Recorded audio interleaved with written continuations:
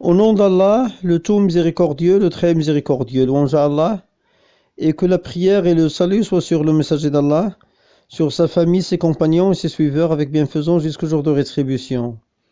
Ceci dit, ceci est une fatwa importante de l'érudit savant Cheikh Dr Saleh Al-Fawzan, qu'Allah Ta'ala le préserve, où il clarifie le sens de la parole La ilaha illallah.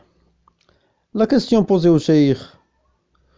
Dans son livre sur l'application de la législation, Tatbiq al-Shari'at al-Islamiyya, Cheikh Mohammed Qutb dit que le sens de la parole La ilaha illallah serait qu'il n'y a pas de gouverneur en dehors d'Allah et il n'y a pas de créateur si ce n'est Allah. Est-ce que cet avis est juste? Et si vous avez un conseil à donner, qu'Allah vous protège. La réponse du Cheikh Hafidahullah.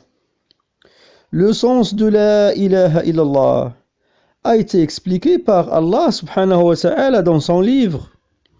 Et son messager, que la prière et le salut soient sur lui, aussi l'a expliqué. Le sens de la ilaha illallah est nulle divinité n'est digne d'adoration en dehors d'Allah.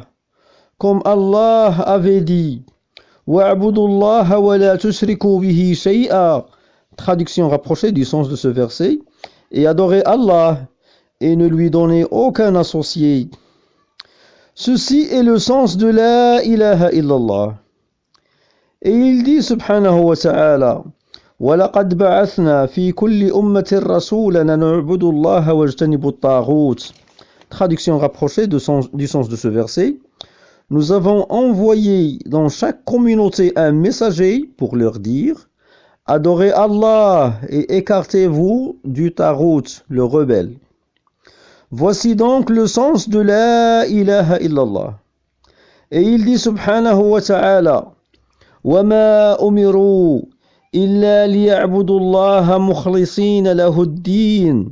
Traduction rapprochée du sens de ce verset. Il ne leur a été commandé que d'adorer Allah en lui vouant un culte exclusif. Ceci est le sens de la ilaha illallah. Et le prophète, que la prière et le salut soient sur lui, dit Umirtu an uqatila an-nas hatta yaqulu la ilaha illallah. Traduction rapprochée du sens de ce hadith. J'ai été ordonné de combattre les hommes jusqu'à ce qu'ils attestent que nulle divinité n'est digne d'adoration en dehors d'Allah. Et dans une version, hatta yuwahhidullah, c'est-à-dire jusqu'à ce qu'il unifie Allah. Et Allah Ta'ala dit وَمَا خَلَقْتُ الْجِنَّ وَالْإِنسَ إِلَّا لِيَعْبُدُونَ. Traduction rapprochée du sens de ce verset.